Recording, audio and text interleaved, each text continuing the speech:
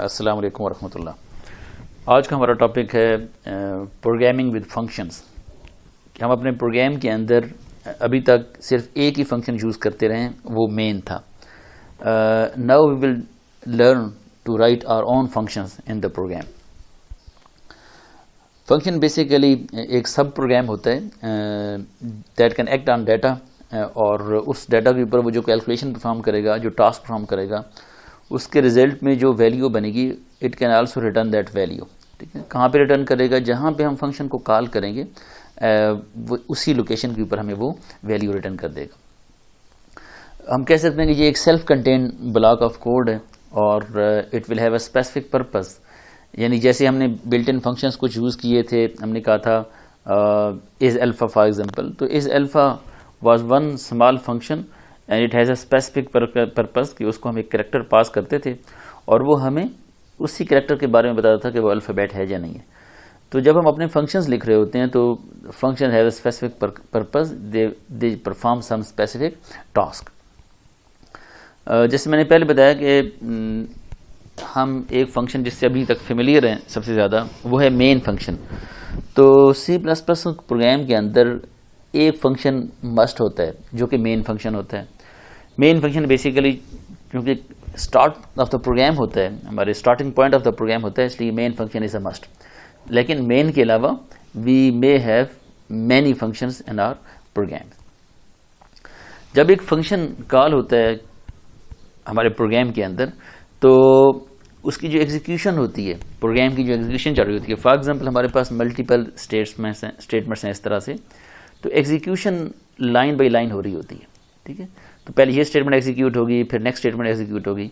For example ये statement function call थी। ठीक है, तो अब ये फंक्शन जहाँ पे लिखा होगा, for example this was written here, it is saved in memory at this location. ठीक है, तो हमारी जो एग्जीक्यूशन होगी, एग्जीक्यूशन कंट्रोल जो होगा, it switches to this location और यहाँ पे जो भी टास्क लिखा हुआ है वो टास्क परफॉर्म होगा और फिर जो वैल्यू रिटर्न होगी तो वापस हम उसी स्टेटमेंट पे आ जाएंगे जहाँ से ये कॉल हुआ था। तो when a program calls a function, execution switches to the function and then resumes at the line after the function call. तो यहाँ पे वैल्यू रिटर्न हो जाएगी और उसके बाद जो भी नेक्स्ट लाइन होगी वहाँ से एग्जीक्यूशन हमारी स्टार्ट हो जाएगी। तो वेल डिजाइन फंक्शन जो होंगे, they perform a specific task and easily understood task. It means जैसे मैंने पहले बताया कि हमारे पास इस अल्फा का एक फंक्शन है, तो वो एक वन स्पेसिफिक टास्क परफॉर्म कर रहा है। ठीक है, छोटा सा फंक्शन है लेकिन एक स्पेसिफिक टास्क परफॉर्म कर रहा है। तो हम ये नहीं करते कि हम एक फंक्शन बना के बहुत सारे ढेर सारे टास्क उसके अंदर डिफाइन कर देते हैं, लेकिन बल्कि फंक्शन का ऑब्जेक्टिव क्या होता है कि वो एक स्पेसिफिक टास्क को परफॉर्म कर रहा होगा। हम क्या करते हैं, जो हमारे कॉम्प्लिकेटेड टास्क होते हैं, they should be ब्रेकन down into multiple functions, और ऑफ कोर्स फिर हर एक फंक्शन को अकॉर्डिंग टू द रिक्वायरमेंट अपनी अपनी बारी पे हम कॉल कर सकते हैं इन आवर प्रोग्राम। फंक्शंस दो तरह के होते हैं, एक user defined function and the other is built in function.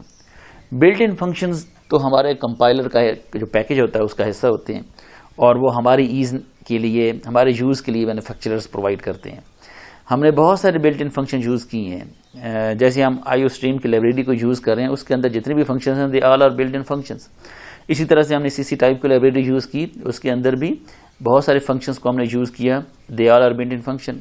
फिर हमने स्ट्रिंग क्लास की बात की, it is also built in class. ठीक है, उसके अंदर बहुत सारे फंक्शंस थे जिनको हमने यूज़ किया।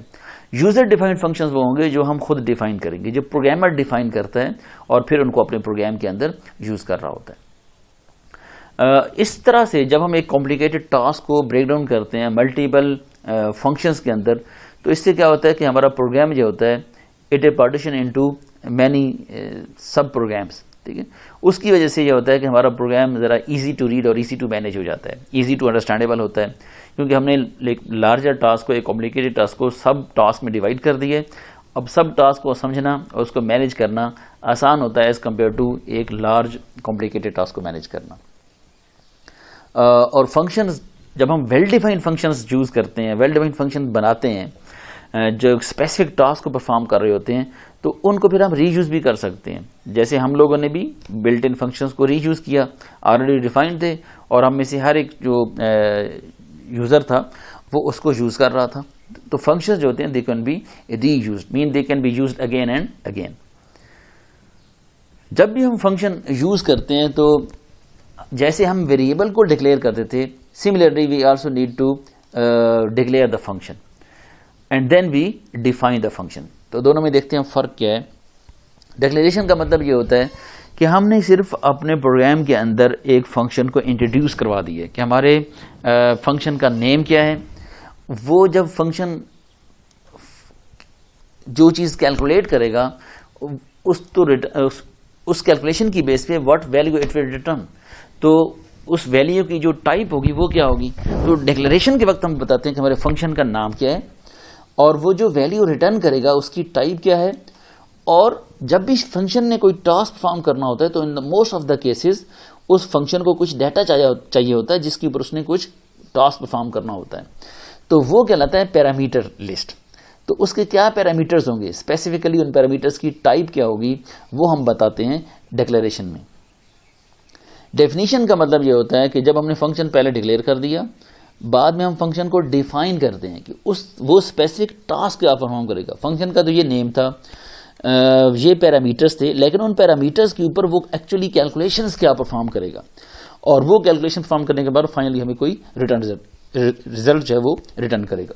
तो डिक्लेरेशन का मतलब है we are just introducing a function into the program, जिसमें उसका नेम बताएंगे, वो जो वैल्यू रिटर्न करेगा उसकी टाइप बताएंगे और जिस डाटा के ऊपर वो टास्क परफॉर्म करेगा उसको हम कहते हैं पैरामीटर्स। ठीक है, तो उन पैरामीटर्स की टाइप क्या होगी।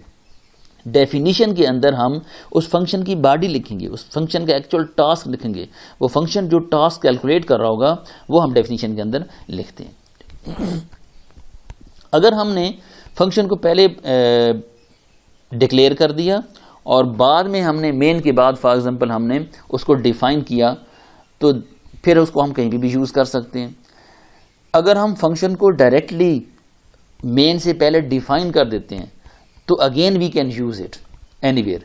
लेकिन अगर हम फंक्शन को डिफाइन मेन के बाद करें और उसको पहले डिक्लेयर भी ना करें तो फिर फंक्शन को हम यूज़ नहीं कर सकते। ठीक है, तो either we declare it first और फिर मेन के बाद उसको हम डिफाइन कर लेते हैं, या हम उसको मेन से पहले ही डिफाइन कर दें डिक्लेरेशन की जगह पे और उसको फिर हम कहीं पे भी यूज़ कर सकते हैं। लेकिन अनटिल अनलेस ये फंक्शन हमने डिक्लेयर ना किया हो, डिफाइन ना किया हो, तो ऑफ कोर्स हम इसको यूज़ नहीं कर सकते।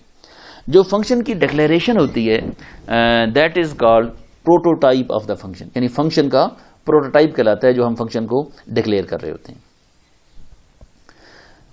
फंक्शन प्रोटोटाइप तो बेसिकली एक स्टेटमेंट है, ठीक है, दैट एंड्स एट सेमीकोलन, और उसके अंदर क्या होगी, फंक्शन का नेम होगा, फंक्शन की रिटर्न टाइप होगी और उसके पैरामीटर की लिस्ट होगी।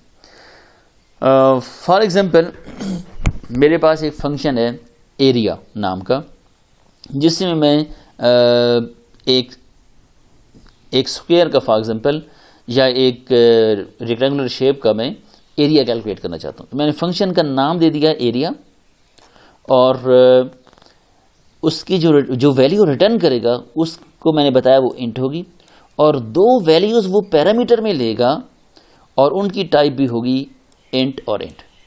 तो this is called prototype of the function and we also call it declaration. ये फंक्शन की डिक्लेरेशन है and this is also called prototype of the function, जहाँ पे हमने फंक्शन का नेम बताया, उसकी रिटर्न टाइप बताई और दो पैरामीटर्स हमने दे दिए।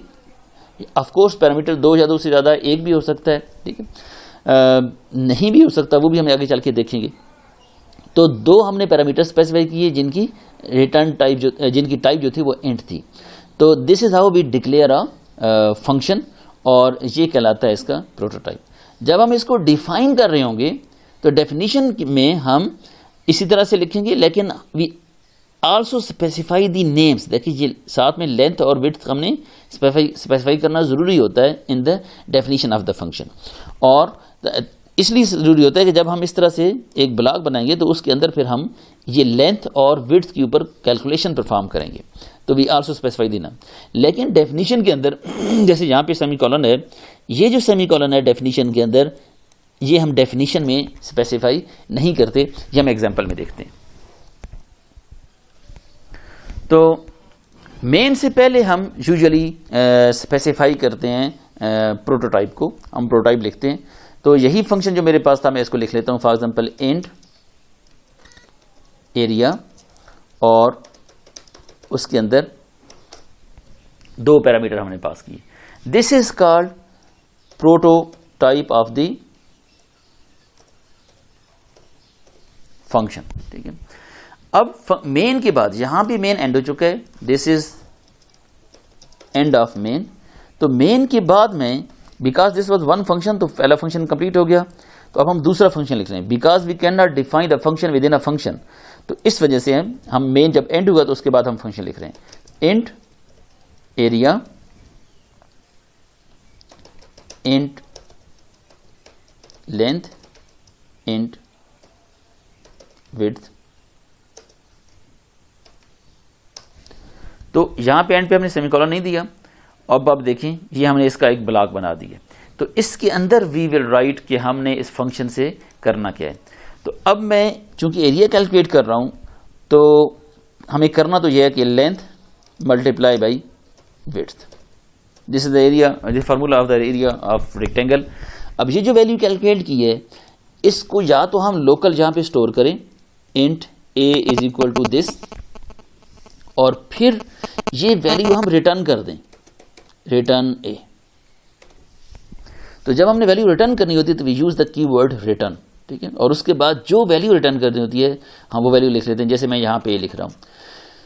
तो हम ये भी कर सकते हैं, या मैं इसको यहां पे अलग से वैल्यू स्टोर करने के बजाय मैं डायरेक्टली यहीं पे लिख लूं return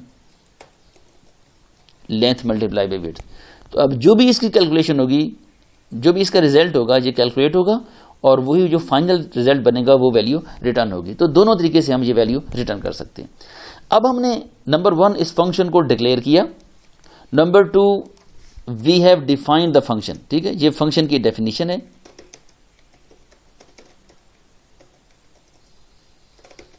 and number 3 we are going to use this function. Number 1 function को डिफाइन किया, नंबर 2 फंक्शन को डिक्लेयर किया, नंबर 2 फंक्शन को डिफाइन किया, number 3 we are going to use this function. ठीक है, या हम इस फंक्शन को कॉल करेंगे। तो मैं 2 वेरिएबल ले लेता हूं, int length, int width, 2 variable ले लिए। अब हमारे ऊपर है कि ये वैल्यूज हम डायरेक्टली यानी डिफाइन कर लूं मैं, is equal to 10 is equal to 5, और अब मैं इसको कॉल कर लूं इस फंक्शन को, int A is equal to function का नाम एरिया। ठीक है, और उसके पैरामीटर में मैं पास कर रहा हूं वो दोनों वैल्यूज, लेंथ और विड्थ। तो जब हम इसको कॉल करते हैं तो फंक्शन का नेम एज इट इज आएगा, और साथ ही पैरामीटर में 2 वैल्यूज पास करेंगे, जैसे मैंने ये एल और डब्ल्यू पास कर दिए। तो जब ये फंक्शन कॉल होगा तो एक्चुअली इसकी जो वैल्यू होगी यानी लेंथ की जगह पे एल की जगह पे 10 आएगा और डब्ल्यू की जगह पे 5। तो ये यहाँ पे 10 और 5 वैल्यूज जो हैं वो पास हो जाएंगी, और ये इसके ऊपर अब कैलकुलेशन होगी। ये जो लेंथ के अंदर ये एल के अंदर 10 था, डब्ल्यू के अंदर 5 था, ये वैल्यूज जाके असाइन हो जाएंगी टू दिस लेंथ। यानी आप इज्यूम करेंगे ये एक इस तरह से बन जाएगा,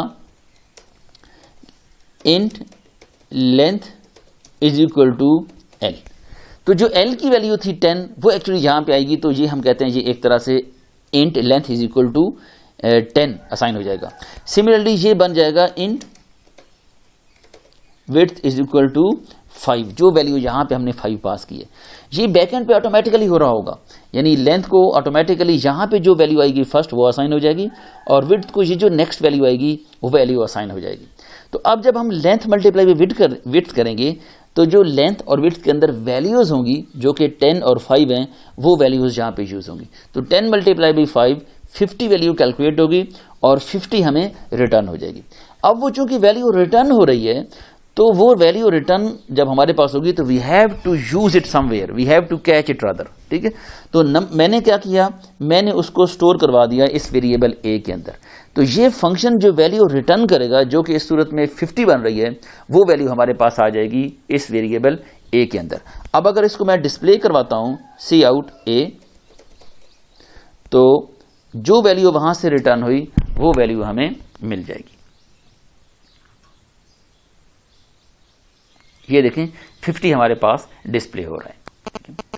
अब अगर मैं ये वैल्यू अलग से स्टोर ना करूं और मैं ये चाहूं कि मैं इसको यहीं पे डायरेक्टली लिख दूं, तो अगेन वी कैन डू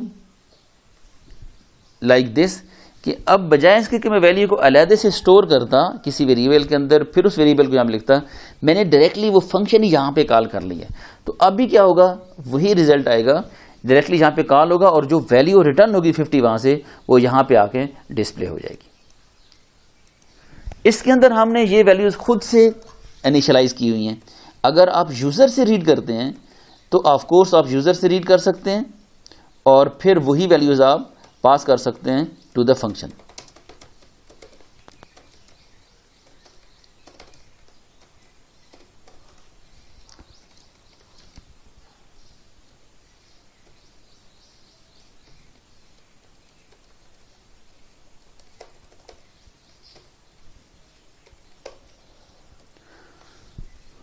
तो अब जब हम इसको कॉल करेंगे तो जो वैल्यूज पास होंगी वो यूजर जो एंटर करेगा वो वैल्यूज पास होंगी।